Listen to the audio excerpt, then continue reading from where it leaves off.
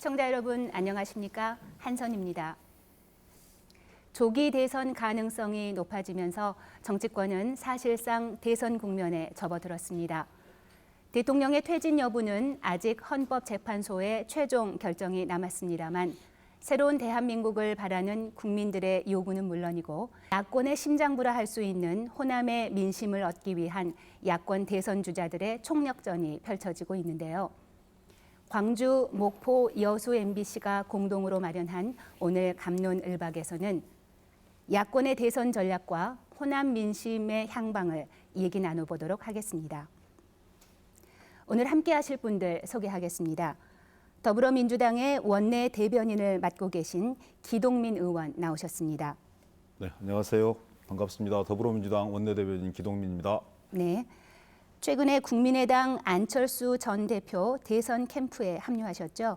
송기석 의원 함께 하십니다. 네, 안녕하십니까. 끝으로 지역 정치학자이신 오승용 전남대 연구교수 자리하셨습니다. 네, 안녕하십니까. 앞서 말씀드렸듯이 정치권이 사실상 조기 대선 국면에 접어들었죠. 변수가 없는 것은 아닙니다만 헌법재판소의 탄핵 심판 일정도 막바지에 다다른 것 같습니다. 본격적인 토론에 앞서 먼저 지금의 전국 상황 어떻게 보시고 또 조기 대선의 향방은 어떻게 전망하시는지 한 말씀씩 간단히 듣고 가겠습니다. 먼저 기동민 의원부터 얘기해 주시죠. 네, 반갑습니다. 광주 전남 시청자 여러분, 더불어민주당 기동민입니다. 정말 작년 한 해 올 초 정말 고생 많으셨지요. 정치권이 해야 될 일들을 광장에서 시민들이 다 풀어주시느라고 정말 고생 많이 하셨습니다. 정치가 시민들을 위하고 시민과 함께 해야 되는데 작년 한 해는 오히려 정치가 시민들 걱정을 시키고 제대로 서지 못해서 시민들이 고생한 그런 한 해였던 것 같습니다. 이제 올해만큼은 반드시 여러분들이 열망하시는 정권교체 이루어내서 정치가 국민에게 보답하는 그런 상황 만들어낼 수 있도록 최선을 다하겠다는 인사 말씀 먼저 올리고요. 최종 변론 기일이 아직 확정되지는 않았습니다. 그렇지만 헌재가 이제 속도를 내고 있고 아마 3월 13일 이전에 최종적인 탄핵 판단들을 내리기 위한 막바지 박차를 가하고 있는 것으로 보여지는데요. 근데 여기서 짚어봐야 될 것은 이제 박근혜 대통령 측의 대응이라고 생각되어지는데요. 그분들은 딱 두 가지입니다. 하나는 어떻게 되었든지 간에 탄핵 심판을 3월 13일 이후로 늦추는 것. 그것은 이제 얼마 전에 김용준 헌법재판소장이 사퇴를 하고 9명 중에 8명이 되었고요. 3월 13일이면 이정미 지금 권한대행이 사퇴하는 날입니다. 그렇게 되어지면 7명이었던 숫자가 9명이었던 숫자가 7명으로 줄어들게 되고요. 6명이 찬성해야 되는데 안정성 자체가 되게 흔들리는 것이죠. 그래서 대통령 같은 경우는 대리인단과 더불어서 13일 이후로 탄핵 선고를 늦추기 위해서 최대한 지연 선수를 펼치고 있는 것 같고요. 네. 그래서 최종 변론 기일이 정해진다 하더라도 대통령 출석을 빌미로 해서 또다시 연장을 이렇게 하려고 하는 노골적인 시간 끌기가 좀 가시화되고 있다 이렇게 보여지고요. 또 하나는 전체 대다수 국민들의 생활과 전체 대다수 국민들의 새로운 대한민국 건설에 대한 생각은 전혀 관심이 없는 것 같습니다. 오로지 자신의 지지층들에게 나를 이대로 둘 것이냐, 걸기하라, 함께 해달라라는 메시지를 지속적으로 보내고 있고요. 뜬금없는 기자회견을 자처하거나 아니면 정규제 TV처럼 아주 편향된 시각을 가진 인터넷 매체에 출연해서 자신의 지지층들을 대상으로 해서 호소하는 이런 과정들이 연이어지고 있다고 보여집니다. 그렇지만 저는 헌법재판소 역시 국민들의 열망 그리고 탄핵을 조속히 성사시켜서 새롭고 정의로운 대한민국을 만들어내자는 그런 국민적 기대에 결코 벗어나지 않을 것이라고 생각하고 이런 혼란 상황이 될 수 있으면 좀 더 빨리 종식되어지고 좀 이렇게 정치 일정들이 가시화되어서 새롭고 정의로운 대한민국의 길로 나아가는 그런 방향이 남아있다 저는 이렇게 생각합니다. 네, 감사합니다. 송기석 의원님도 한 말씀 해주시죠. 네, 안녕하십니까. 네, 광주 서구가 국민의당 송기석 의원입니다. 예, 지난 박근혜 최순실 게이트로 이렇게 온 나라를 혼란에 빠뜨렸던 그리고 박근혜 대통령의 퇴진을 요구했고 그리고 그 촛불 민심에 의해서 국회에서는 박근혜 대통령에 대한 탄핵을 결정했습니다. 그리고 이제 헌법재판소에서 탄핵 심판이 진행 중입니다. 앞으로 아마 벚꽃에서 늦어도 3월 초까지는 헌법재판소에서 탄핵을 인용할 것이라는 게 그 대부분의 예측이기 때문에 그로부터 60일 내에 실시돼야 되는 보궐선거, 그러니까 4월 말 내지 5월 초에는 실시되게 돼서 현재는 그야말로 뭐 더불어민주당이나 저희 국민의당 그 완전히 대선 국면인 것 같습니다. 그래서 우리 국민들은 이제는 정권 교체는 분명하게 이루어질 걸로 이제 믿고 있습니다. 우리 그 앞으로의 정부에서 가장 중요한 변수는 헌법재판소의 탄핵 심판인데요. 오늘이 14차 변론기일입니다. 오늘 아마 헌법재판소에서 최종 변론기일을 지정할 걸로 보입니다. 지금 3월 22일이 최순실 안종범에 대한 증인 그 증거조사가 예정돼 있기 때문에 그 이후에 아마 그리고 23일까지 최종 준비서면 의견서를 내라고 했습니다. 그래서 아마 24일경에 최종 변론기일이 진행되면 그걸 마치고 그로부터 한 2주 내에, 그러니까 늦어도 3월 10일경에는 탄핵 심판이 최소한 그 인용되는 그런 결정이 이루어질 것 같습니다. 그런데 이제 이 과정에서 탄핵 위기론도 있고 이른바 태극기 시위로 그 탄핵 기각을 요구하는 그런 입장도 있습니다. 그렇지만 우리 정치권도 그렇고 우리 광장의 시민도 그렇고 이제는 지금 현재까지 성실하게 또 신속하게 잘 진행하고 있는 헌법재판소를 이제 신뢰해야 될 것 같습니다. 그래서 가능하면 탄핵 기각이라든가 또는 더 빠른 인용, 이것을 그 부추기는 그렇게 국민들을 분열 또 대립으로 이끄는, 아마 적어도 정치권에서는 그런 행동은 하지 않아야 된다고 봅니다. 다만 이제 오히려 정치권에서는 다시 2월에 우리 개혁 입법해야 될 게 많거든요. 맞습니다. 그것들을 빨리 이뤄내는 게 더 바른 길이라고 생각합니다. 네, 우리 오숙영 교수님도 한 말씀 해주시죠. 네, 뭐 중요한 얘기들을 앞서 다 두 분께서 해주셨으니까 저는 짧게 말씀드리겠습니다. 두 가지만 말씀을 드리겠는데요. 우선 하나는 이번 헌법재판소의 탄핵 심판은 굉장히 중요한 이후에 앞으로 한국 정치사에 있어서 중요한 계기가 될 것 같습니다. 경험이 될 것 같은데요. 아마 미국과 같은 나라들은 대부분 정치 탄핵을 하게 됩니다. 의회에서 탄핵안이 가결되면 사실상 대통령이 탄핵이 완료가 되는 시스템임에 반해서 독일이나 한국과 같은 경우는 헌법재판소 제도를 통해서 또 한 차례 탄핵 심리를 진행하는 이런 과정인데, 아직까지 우리나라의 경우에는 이 탄핵이 진행되는 데 있어서 어떤 선례, 관행 이런 부분들이 아직 정착되지 않은 측면들이 있습니다. 그렇죠. 미국은 의회에서 탄핵이 가결되면 끝이지만 우리나라는 의회에서 압도적으로 가결이 됐다 하더라도 사법적, 준사법적 절차를 통해서 이걸 심리하는 과정이 남아 있는데, 그걸 어디까지 정치적인 탄핵을 헌법재판소가 수용할 것인가의 문제, 어느 수준까지 받아들일 것인가, 이런 부분들에서 이번 탄핵 심판은 굉장히 중요한 의미를 가지고 있는 것 같고요. 정치권과 관련해서 이번 탄핵 정국에서 좀 쓴소리를 해야 될 부분들이 있는 것 같은데, 사실 아직 탄핵 심판이 완료가 되지 않은 상황이기 때문에 조기 대선을 할지 안 할지는 결정되지 않은 상황이죠. 네네. 그렇지만 각 정당은 이미 대선 체제로 전환을 한 상태고요.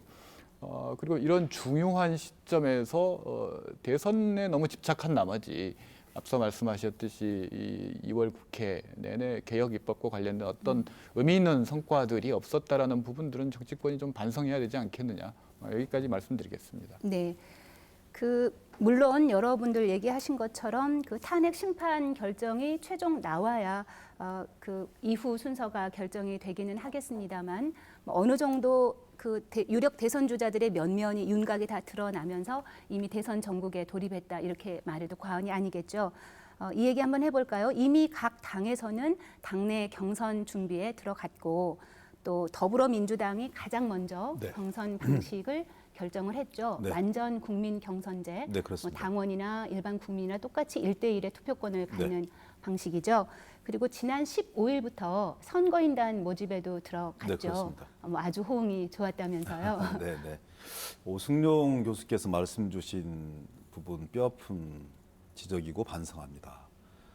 부분적으로 그런 측면들이 있어요. 아직 가장 중요한 것이 대통령 탄핵이고 그런 부분들이 절차적으로 끝나지도 않았는데 너무 대선으로 달려가고 있는 것은 아니냐. 그리고 촛불 광장에서 얘기했던 것이 단순히 대통령 한 명을 교체하자는 데 있는 것이 아니라 그렇죠. 그동안 대한민국을 이끌어왔던 기득권, 예를 들어서 재벌, 검찰, 언론, 관료 집단, 정치권 전체가 좀 새롭게 거듭나야 되는 거 아니냐라는 그런 국민 여망에 충실해야 되는데 네. 이들 너무 김칫국 먼저 맞히는 거 아니냐 이런 부분들에 대해서 아프게 반성하고 있고요. 광장에 가서 많이 혼났습니다. 그래서 지난주에는 이제 토요일 날 대거 이 더불어민주당 의원 플러스 당원들이 나가서 함께했던 그런 과정들이 있는데요. 양면이 저는 있을 것 같아요. 지금 이 시기에 촛불 광장에서 주어진 국민들에 대한 개혁 과제 이런 부분들 어떻게 압축적으로 성과 있게 만들어낼 수 있을 것인가. 그러니까 국가 대개조, 적폐청산 이렇게 집약되는 거 아니겠습니까?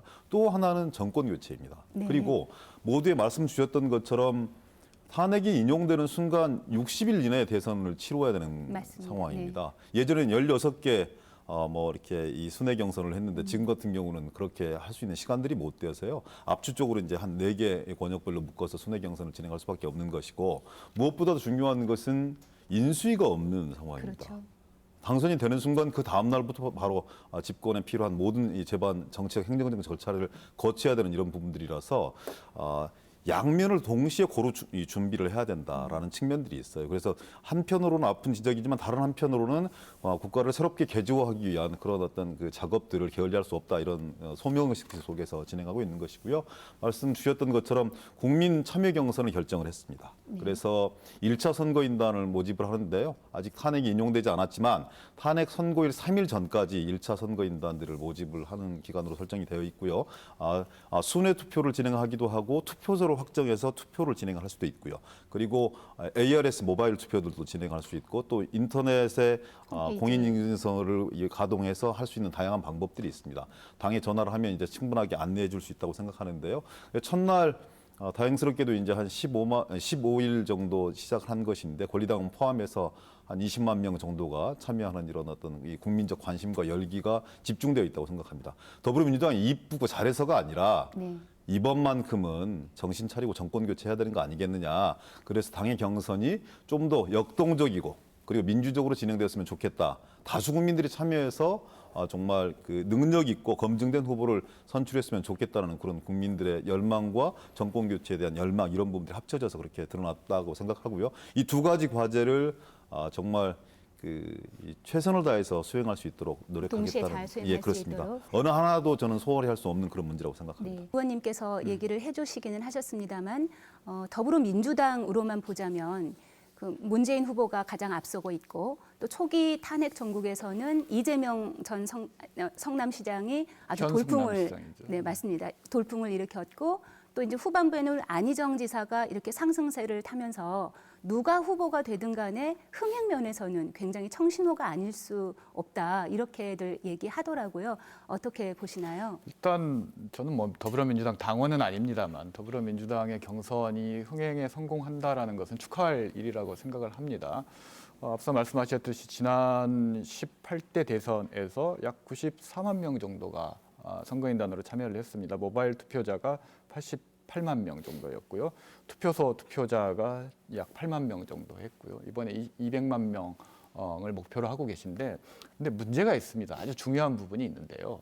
지난 대선의 경선에서 가장 크게 문제됐던 것이 이 88만 명에 이르는 모바일 투표자들의 투표와 관련해서 룰이 제대로 적용되지 않았다라는 것, 또 경선 과정에서 부정이 있었다라는 것, 그리고 모바일 투표 자체가 투명성을 확보하지 못했다라는 것, 그리고 그로 인해서 당내 어떤 분열의 씨앗이 되었다라는 것들은 여러 차례 지적이 됐던 거고 선거가 끝난 이후에 대선평가위원회에서 실시했던 여론조사에서도 한 60% 정도가 모바일 투표제를 폐지해야 된다고 응답을 했고요. 그중에 한 40% 찬성 유지해야 된다라고 응답했던 40% 중에서도 74% 정도는 개선해야 된다 이런 응답을 했다란 말이에요. 네. 그러면 지난 대선에서 지적됐던 이런 문제들이 흥행에 성공한 것은 좋은 일이고 축하할 일입니다만 이런 내부적인 문제들이 얼마나 개선됐고 개선하려는 계획을 세우고 있는가,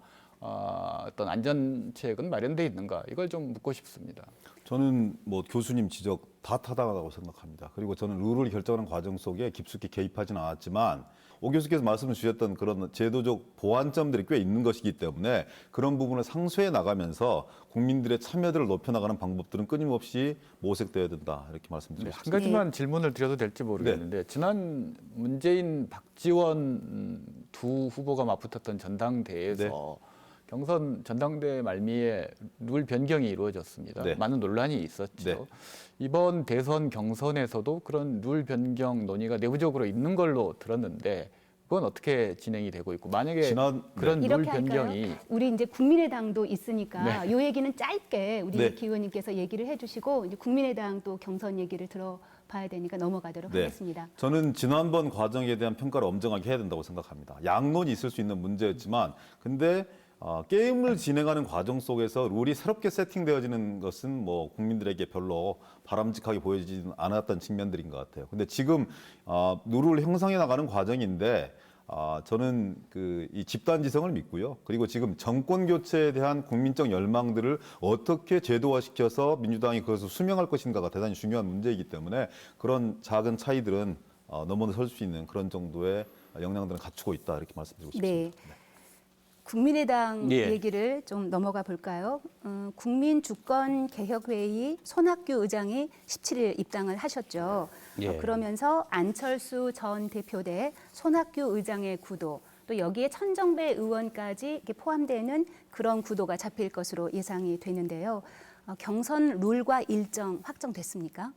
예, 아직 확정은 안 됐는데요. 우리 지금 대선 국면 관련돼서 아직 탄핵 인용 결정도 안 났는데 뭐 김치국부터 마신다 그래서 사실 더민주당에서 그 김치 국물을 다 마셔버려가지고 저희는 뭐 마실 것이 없었습니다. 다만 이제 여기서 한 가지 지적하고 싶은 것은 지금 그 박근혜 대통령의 권한 정지 이 상황에서 사실 황교안 권한대행의 그 여러 가지 그 행위에 대해서 의문이, 그러니까 대선 출마 여부에 대해서도 잘 답하지 않고 그리고 거의 대통령 코스프레 이야기 이런 이야기가 나오지 않습니까? 참 아쉬운 점은 그때 저희가 우리 선 총리 후 교체 탄핵 이걸 더민주당에서 만약에 그때 받아들였으면 그대로 이행이 됐으면 좀 더 신망받은 분이 총리로 있으면서 이번에 AI라든가 구제역 그리고 뭐 이번에 뭐 김정남 피살 이런 사건에서 NSC 소집에 의한 대응 이런 것들이 좀 더 잘 이루어지지 않았을까라는 그런 아쉬움이 좀 남습니다. 그리고 저희 국민의당 관련돼서는 이제 이미 더민주당은 예비 후보 등록까지 다 이루어진 상황이고 저희 당은 아무래도 유력 대선 후보로 이제 안철수 전 대표가 있었지만 지금 손학규 국민주권개혁회의 그 의장께서 이제 참여해서 일단 양강 구도는 됐고 그 전에 있던 천정배 전 대표 그리고 저희가 지금 아직 가능성이 있다고 보고 아마 2월 말까지 지금 열어놓고 있는 정우찬 전 총리 네, 이렇게 해서 이제 기본적으로 이제 사자 구도 이렇게 갖춰지게 되고요. 그래서 저희가 2월 말까지 기본적인 그 경선 룰 이렇게 협의를 하고 앞으로 이제 어떻게 할 건가 대선 계획단은 지금 이미 발족돼 있습니다. 그래서 그 계획에 따라서 이렇게 진행을 하고 아마 지금 3월 말경에 그러니까 적어도 저희는 탄핵 인용 결정이 난 이후에 이제 당내 경선을 본격적으로 시작할 예정이거든요. 그래서 이제 3월 늦어도 10일 정도로 보면 그 이후에 전국 순회 이렇게 경선을 통해서 3월 26일경에 저희 국민의당의 후보를 이렇게 이제 당 대선 후보로 공식 정할 예정입니다. 이제 다만 저희가 이런 경선 구도 자체가 좀 늦게 갖춰져 있기 때문에 더민주당보다는 이렇게 관심도에 있어서 좀 떨어졌습니다. 그렇지만 그 손학규 전 의장 그 참여한 이후부터는 점점 우리 관심도 올라가고 그래서 정말 누가 과연 그 DJ 그리고 노무현 정권의 그 적통을 계승하고 제대로 앞으로 정권 교체 누가 또 더 나은 정권 교체인가 그런 당내 경선이 아마 더민주당하고 우리 국민의당에서 아마 멋진 경선이 이루어지면 거기서 국민들도 이제 선택을 할 거라고 봅니다. 네. 그 지금까지는 그 양 당의 그 경선 준비 관련 얘기 나눠봤습니다. 그럼 이제 이 얘기 한번 해볼까요? 그 전통적인 야권의 지지 기반이라고 할 수 있는 호남의 민심을 얻는 것이 사실 그 양당의 가장 중요한 그 대선 후보가 갖춰야 할 사항인데요. 그래서인지 더불어민주당도 물론 이제 축약적으로 4군데서만 경선을 하기는 합니다만 그 첫 지역으로 광주 호남 지역을 선택하셨더라고요. 그 충무공 이순신 장군께서 양무 호남 시무국가 그랬습니다. 네. 민주당이 양무 호남 시무민주 이렇게 얘기하고 있어요. 호남이 없으면 국가가 없고 호남이 없었다면 민주당이 없습니다. 사실상 민주당은 호남과 개혁 세력이 압축적으로 만들어낸 하나의 이 결과물이라고 저는 생각을 하고요. 16개 시도당에 대한 순회 경선을 진행을 할 수는 없지만 이 경선을 호남에서 진행함으로써 저는 이 호남인들의 선택이 특히 광주 전남의 선택이 전체 결과를 좌우할 수 있을 정도의 시금석이 될 수밖에 없을 것이다. 저는 이런 생각들을 합니다. 그것은 정권 교체에 대한 열망이 광주 전남 특히 전북까지 포함한 호남 지역에서 가장 높기 때문이기도 하지만 굳이 어떤 이 역사성과 정통성 이런 부분을 말씀드리지 않더라도 이번만큼은 좀 이겼으면 좋겠다. 10년 동안 정권을 빼앗기고 이길 수 있는 조건을 만들어줬음에도 불구하고 그리고 거의 100%에 육박하는 압도적인 지지를 너희들한테 보내줬음에도 불구하고 도대체 너희들 뭐 한 거냐라는 그런 따가운 비판과 지적으로부터 저는 결코 자유로울 수 없었습니다. 분골 쇄신하겠습니다. 그리고 지난 총선 과정 속에서 엄청나게 좀 회초리도 맞았고요. 정신 번쩍 차리고 있는 그런 과정입니다. 많이 미약하고 노력합니다. 미약합니다. 그렇지만 이번 호남에서 뭔가의 어떤 지난번 이 노무현 이인재 경선 과정 속에서 보여줬던 그런 드라마틱한 역동성 이런 부분들을 보여주실 수 있다면 저는 민주당의 흥행 이런 부분들이 뭐 대박까지 이렇게 말씀드려서 좀 그렇겠지만 국민들의 관심을 고조시킬 수 있는 그런 전략적 포인트가 호남이다. 호남에서 되고 그 다음이 이제 충청으로 올라가거든요. 네. 또 어떤 충청에서는 충청의 맹주를 넘어서 대한민국의 맹주 대망로를 꿈꾸는 안희정 후보 지사가 있습니다. 그리고 또 그 결과물을 가지고 영남으로 갑니다. 최종적인 마지막 결정은 서울 수도권, 강원, 제주에서 하게 되어지는데요. 저는 이게 압축적으로 짧은 순간이긴 하지만 정권 교체에 대한 국민들의 열망들을 대단히 드라마틱하게 역동적으로 표출할 수 있는 그런 잘 짜여진 하나의 시나리오다. 그리고 물론 그 시나리오가 그냥 어떤 그 흥행에만 목표를 두는 것이 아니라 실제 지금 대통령 탄핵 과정 속에서 제기된 개혁 과제 그리고 국가 대개조역, 적폐 청산에 대한 국민들의 열망 이런 부분들을 어떻게 녹아낼 것인가에 대한 그런 메시지가 담겨야 된다고 생각하고요. 저는 아마 이렇게 말씀드리면 좀 과하다는 생각도 있을 수 있다고 생각하지만 호남에서 경이 어찌되었든 이 압도적인 차이가 나든 아니면 박빙의 승부가 나든 호남에서 대등한 승부가 이루어진다면 민주당 경선은 그야말로 알 수 없는 안개 정국으로 빠져들 수밖에 없을 것이다. 그만큼 당사자들은 피가 마르고 목이 타겠지만 정권 교체를 열망하는 대다수의 국민들 같은 경우는 이제 제대로 된 경선들이 이루어지고 너희들이 정말 이 안정감 있고 국정을 책임질 수 있는 수권 정당으로 거듭나려고 하는구나라는 이런 믿음을 보여주실 거라고 생각하고요. 그 선택이 광주와 전남, 전북에서 시작된다. 이런 말씀, 힘주어 말씀 강조드리고 싶습니다.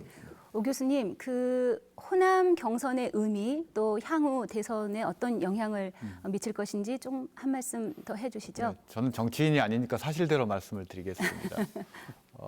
각 당에서는 호남 경선의 중요성을 이야기합니다만 제가 보기에는 호남 경선은 그다지 중요해 보이지는 않습니다. 첫 번째 이유는 호남은 이미 국민의당과 더불어민주당으로 지지층이 양분돼 있는 상황이라는 겁니다. 이런 상황에서 호남의 바람이 과거처럼 강할 것인가? 저는 그렇게 강하지는 않을 거라고 봅니다. 두 번째, 아까 룰 변경 문제를 제가 여쭤봤던 이유 중에 하나는 호남에서 시작해서 충청, 영남, 수도권으로 가는 이런 이상적인 시나리오를 상정하고 계시지만 관건은 이겁니다. 호남의 경선 결과가 경선이 끝났을 때 바로 발표되는가? 원래는 발표될 예정이었는데 당내에서는 마지막 서울에서 한꺼번에 과거 새누리당이 했던 것처럼 발표를 하자. 이 룰 변경 문제가 지금 논의가 되고 있는 것으로 알고 있습니다. 그렇게 된다면 호남의 바람이 부는지 안 부는지 알 길이 없다라는 겁니다. 서울 끝날 때까지. 그래서 저는 그 문제가 좀 쟁점이 돼야 될 것 같고요. 세 번째, 더 중요한 문제는 역선택 문제입니다. 호남뿐만이 아니라 다른 지역에서 지금 더불어민주당에서도 그런 문제와 관련해서 상당히 심각하게 고려를 하고 있을 것 같은데 문재인 대표가 됐건 문재인 대표 측에서 가장 우려하고 있는 부분들은 박사모 그리고 국민의당 지지자들이 안희정 지사를 지지하는 역선택이 선거 결과에 영향을 미치지 않을 것인가를 제일 우려하고 있는 거고 국민의당이 지금 경선 룰을 도출하고 있지 못하고 있는 여러 가지 이유가 있습니다만 가장 핵심적인 것은 200만 얘기하셨지만 이른바 더불어민주당의 선거인단 200만 중에 100만만 국민의당에 가서 안철수 후보가 아닌 다른 후보를 밀어버리면 안철수 후보가 경선에서 떨어지게 된다라는 거죠. 이런 역선택을 방지할 수 있는 대책이 있어야 되는데 이런 여러 가지 상황들이 엮이기 때문에 과거 우리 그냥 관례처럼 또 경험처럼 호남에서의 선택이 뭐 대선을 좌우하고 이러기는 쉽지 않다라는 겁니다. 그러려면은 그런 것들이 작동할 수 있는 최소한의 제도적인 안전장치와 그리고 투명성들이 보장되었을 때 진정한 호남인의 선택이 대한민국의 어떤 한국 정치를 주도하는 선택이 될 수 있다고 보여집니다. 그거는 조금 확인해야 될 것 같은데요. 그 네. 호남 각 지역 권역별의 경선 결과가 맨 마지막에 발표되는 것이 오 고려되고 교수님께서 어디서 정보를 얻으셨는지 모르겠는데 제가 들었던 얘기들이 있고 혹시 몰라서 내려오면서 기차 안에서 전부 다 당 관계자들하고 확인했습니다. 그런 일 없습니다. 네, 아직까지는 어떻게 없죠. 네. 국민들한테 약속한 것을 이게 무슨 당 내부의 조그만 행사들도 아니고 대국민 약속인데 그런 부분들이 뒤집어진다면 그 당원들이 가만히 있겠습니까? 그리고 정권 교체를 열망하는 지지자들이 그걸 두고 보겠습니까? 그런 걱정은 하지 말아 주십시오. 과거에 자칫 그 논란이 있었던 부분들을 가지고 전체를 규정하는 것은 옳지 않다. 네네, 저는 하긴. 더불어민주당은 믿어주시고요. 네. 하나 또 역선택에 대한 문제 주셨잖아요. 끊임없이 국민 참여 경선 혹은 여론조사가 진행될 때 제기되었던 문제이기도 합니다. 그래서 국민 참여 경선으로 후보를 선출을 하게 됐을 때는 여야가 동시에 같은 날 진행해야 된다라는 이런 그 의견들이 설득력을 얻고 있어요. 근데 저는 모집단이 100만, 200만을 넘어간다고 한다면 물론 그런 전략적 고민들을 가지고 역선택을 해서 상대방 후보를 좀 더 쉬운 상대를 선택을 해서 뭔가를 이뤄내기 위한 그런 모사가 가능하다고 보여지지만 저는 그래도 대중의 흐름과 집단지성을 믿는 편입니다.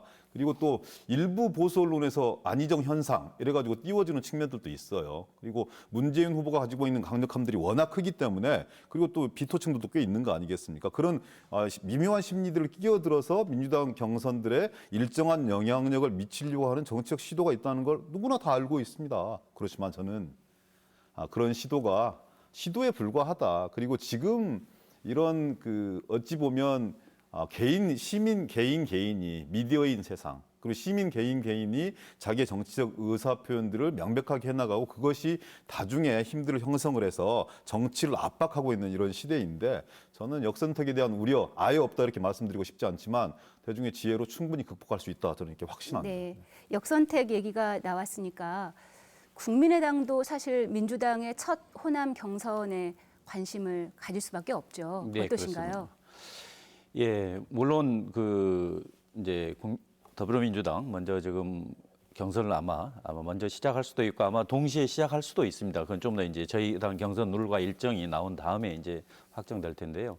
실제로 그 역선택의 문제는 저희도 생각하고 있습니다. 특히 지금 이제 그 안철수 대표는 안문구도 지금 이걸 네. 이야기하는데 물론 본선에서의 아무래도 문재인 그 전 대표를 지지하는 그런 분들은 만약에 안철수 전 대표가 본선에 올라오면 실질적으로 여러 가지 측면에서 밀린다고 이렇게 판단하고 아마 저희 당내 경선에 이렇게 참여해서 역선택 그 가능성이 있습니다. 그래서 앞으로 지금 우리 오 교수님께서도 말씀하셨지만 그 역선택을 어떻게 막을 것인가. 더군다나 저희 당 같은 경우는 아직 당원 숫자가 아직 20만이 지금 안 되는 그런 상황입니다.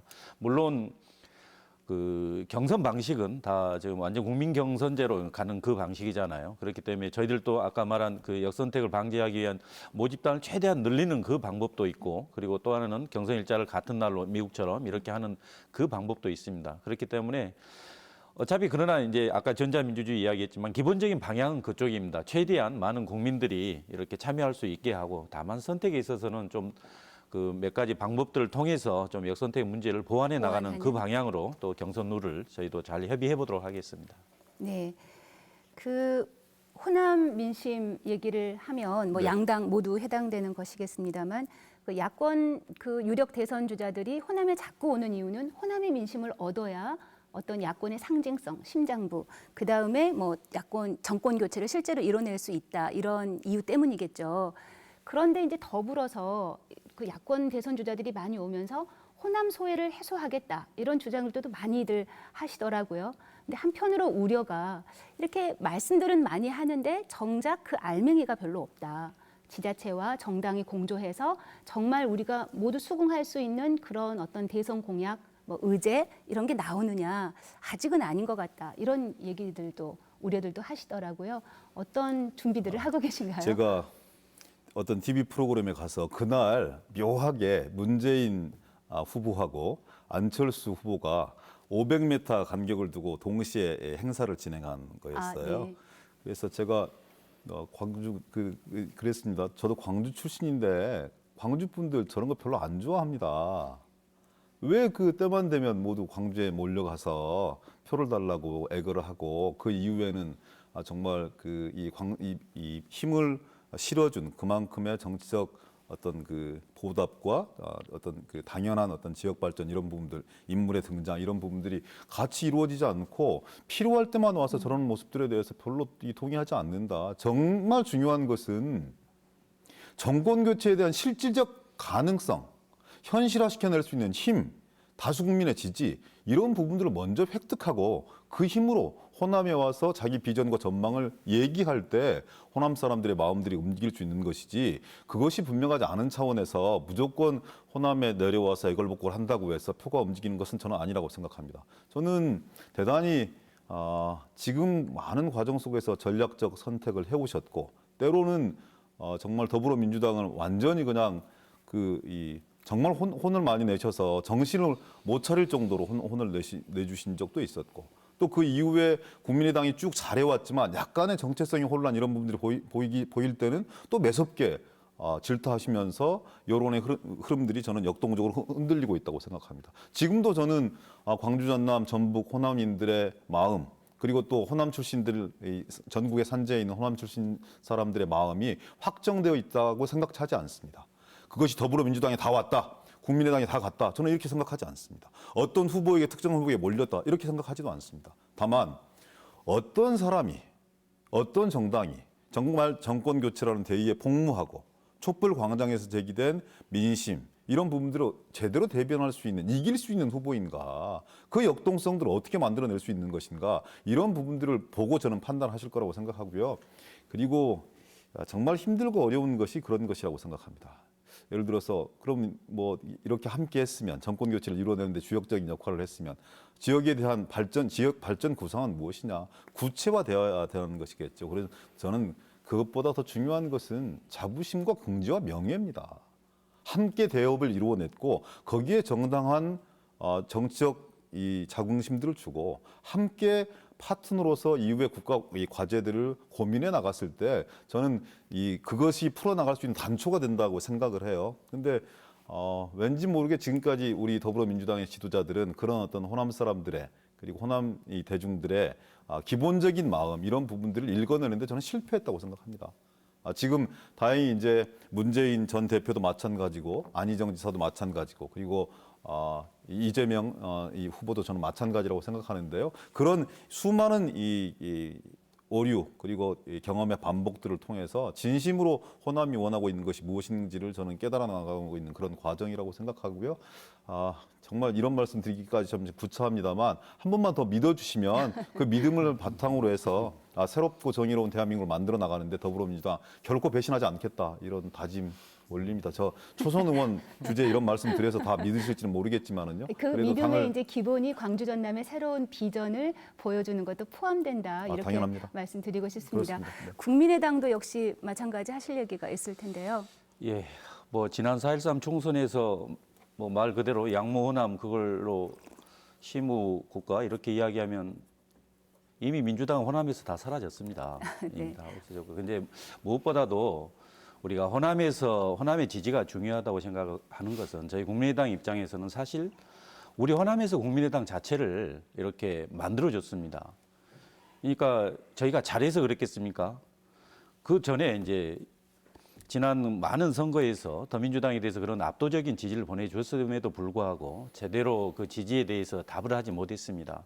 물론 자부심, 명예 중요합니다. 그렇지만 그 총선에서 신임받지 못하면 정계 은퇴하겠다 이런 발언 지키지 않는다든가 과연 지난 우리 참여정부에서도 그 호남 인재에 대한 등용에 대해서 그렇게 제대로 하지 않는다든가 이른바 차별 이런 것들이 피부로 느꼈기 때문에 그거에 대한 심판의 성격으로 4.13에서 국민의당을 이렇게 지지한 겁니다. 물론 그 이후에 국민의당이 그 과제, 저희들한테 어떻게 해라는 그 과제를 제대로 수행했다고 할 수는 없겠죠. 왜냐하면 초기에 바로 이른바 리베이트 조작 사건 때문에 저희가 이제 지지율이 급전직하했지만 그 이후에 국회 개원 과정이라든가 올해 예산 심의 과정이라든가 그거 탄핵 이런 과정에서 보면 저희 국민의당이 제시하는 길이 옳았습니다.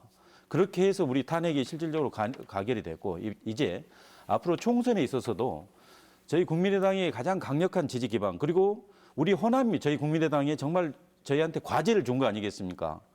싸우지 말고 좌우극단으로 싸우지 말고 가운데서 잘 균형 잡고 협치를 이루어라. 뭐 그런 거 아니겠습니까? 그래서 그걸 제대로 시행하고 그리고 나머지 대선에서도 또한 저희 제대로 보여준다면 그 능력을 보여준다면 누가 더 깨끗하고 누가 더 책임지고 누가 더 미래에 대해서 더 길을 제시할 수 있는가를 토론 등을 통해서 잘 이렇게 해낸다면 충분히 우리도 선택을 받고 그렇기 때문에 호남이 가장 중요하다고 생각하는 것 같습니다. 네, 오 교수님 한 말씀 해주시죠. 왜 호남을 찾는가? 아주 단순한 이유입니다. 선거인단 수가 제일 많기 때문입니다. 지난 대선 예로 들어볼까요? 호남 선거인단 수가 90만 명입니다. 서울, 경기, 인천을 다 합해서 33만 명밖에 되지 않습니다. 당연히 후보가 되려는 사람들은 호남을 올 수밖에 없겠죠. 본선에 가면 호남 옵니까? 안 옵니다. 왜? 전체 유권자의 10%도 안 되기 때문이죠. 이게 호남 정치가 가지고 있는 가장 큰 딜레마라는 겁니다. 각 정당과 정치인들은 호남 정치의 중요성을 놓고 여러 가지 포장을 하긴 합니다만 현실이 그렇기 때문에 거기에 순응하고 있는 측면이지 실제 호남에 대한 애정이 진짜로 있는가 이건 잘 모르겠습니다. 두 가지 각 정당의 스탠스를 보면 좀 판단을 할 수가 있을 것 같은데요. 지역의 의제에 대해서 사회자께서 질문을 하셨지만 호남 비전위원회를 얼마 전에 더불어민주당에서 출범을 시켰습니다. 그건 호남의 비전을 당 차원에서 한번 도출해 보겠다는 강력한 의지의 표현입니다. 뭐 국회의원과 뭐 최고위원 몇 명, 한 20명 넘게 이렇게 배치를 했지요. 그걸로 끝이었습니다. 문재인 대표가 포럼 광주 출범식을 했습니다. 광주에서 5만 명인가요? 5천 명인가요? 아무튼 많은 숫자가 왔다. 근데 제가 보기에는 새 과시를 했던 거 외에 그 포럼 광주 출범식에서 광주와 관련된 전남과 관련된 어떤 의제와 어떤 메시지를 던졌습니까? 미호도 한 번만 더 밀어주십시오. 이 말 외에는 없었다라는 거죠. 더불어민주당이 그랬다고 제가 비판을 하고 있는데 국민의당은 그마저도 없다라는 겁니다. 이건 양당이 좀 반성을 해야 될 것 같습니다. 제가 잠시만요. 저희가 이렇게 너무 열띠게 되다 보니까 정해진 시간이 다 예. 마무리가 네. 돼가는데요. 오 교수님의 발언은 그 호남 애정에 대한 그 진정성에 대한 질책 정도로 마무리를 하고요. 마무리 발언으로 우리 기동민 의원, 송기석 의원님이 짧게 한 30초 정도씩 못다 하신 얘기. 벌써 마무리입니까? 네, 벌써 그렇게 됐습니다. 마무리 발언 삼아 해주시죠. 네. 저는 송기석 의원님께서 쭉 말씀 주신 분들에 대해서 부분적으로 총리 인선 문제라든지 탄핵 과정 속에서 반박할 것도 있습니다. 근데 저는 다르다는 것을 강조하고 싶지는 않습니다. 국민의당과 더불어민주당이 지금 헤어져서 다투고 있는 것처럼 보이지만 뿌리는 한 뿌리인 거고요. 아버지도 한 분이라고 저는 생각합니다. 정말 중요한 것은 정권 교체 대의에 복무하는 길입니다. 양당의 정체성과 정체성을 분명히 하고 지지도를 높이기 위한 제반의 정당 활동 당연히 진행해야 되는 것입니다. 다만 그 제반의 정당 활동이 국민들의 눈에 분열의 씨앗으로 잉태될 수 있는 것은 저는 줄여야 된다고 생각합니다. 국민들은 항상 광장에서 승리했습니다. 그렇지만 우리 야권은 광장에서 승리한 민심을 얻지 못하고 통합하지 못하고 혁신하지 못해서 선거에서 매번 패배했습니다. 이번에는 그런 일들이 저는 없어야 된다고 생각합니다. 더불어민주당이 맏형으로서 많은 것들을 양보하고 함께해야 된다고 생각합니다. 정권교체 대의에서 정말 촛불 광장에서 정말 꽁꽁온손 불어가면서 대한민국 새롭게 만들어 주십사. 그 정의로운 대한민국을 세워내기 위해서 노력했던 이 1,000만 명이 넘는 훨씬 더 많은 시민들, 그 마음으로 함께했던 5천만 국민들의 염원인 정권교체 이루어내기 위해서 더불어민주당, 국민의당과 함께 최선의 노력을 다하겠다 이런 말씀을 마지막 인사 말씀으로 올립니다. 송 의원님, 네. 예, 이제 탄핵이 인용되는 시점과 저는 더불어민주당의 이렇게 대선 후보가 결정되는 시점, 그 이후부터는 국민이 앞으로 보궐선거에 있어서 누구를 선택할 건가 그 기준이 달라진다고 봅니다. 누가 더 정직하고 누가 더 깨끗하고 누가 더 그동안의 잘못에 대해서 책임져 왔는가, 그리고 누가 더 돌파력이 더 있었는가, 그리고 4차 산업혁명 시대에 있어서 누가 더 미래를 책임질 수 있는가. 다시 말하면 이제 우리 대한민국도 전문가와 토론할 수 있는 그런 대통령이 필요합니다. 참모가 써준 자료 있고 그 정도로 해서는 안 됩니다. 그래서 앞으로는 그 대선에 대해서 국민들의 특히 호남에서 선택해주는 그때 되면 완전히 바뀔 거로 생각하고, 물론 더민주당과 저희 국민의당은 선의의 경쟁 관계입니다. 그렇지만 실제 우리가 이제는 정권 교체는 이미 기정사실화됩니다. 다만 그 교체가 패권, 이른바 패거리 정치의 교체가 돼서는 안 됩니다. 새로운 정치로서 미래를 정말 담보할 수 있는 그런 세로 교체되는 게 진정한 의미의 정권 교체라고 생각합니다. 네. 오늘 세 분 말씀 모두 잘 들었습니다. 고맙습니다. 네, 감사합니다. 감사합니다. 정치권의 시계는 이미 조기 대선에 맞춰졌습니다. 하지만 대통령의 퇴진 여부도 국정농단 사태의 책임자 처벌도 아직은 안개 속입니다.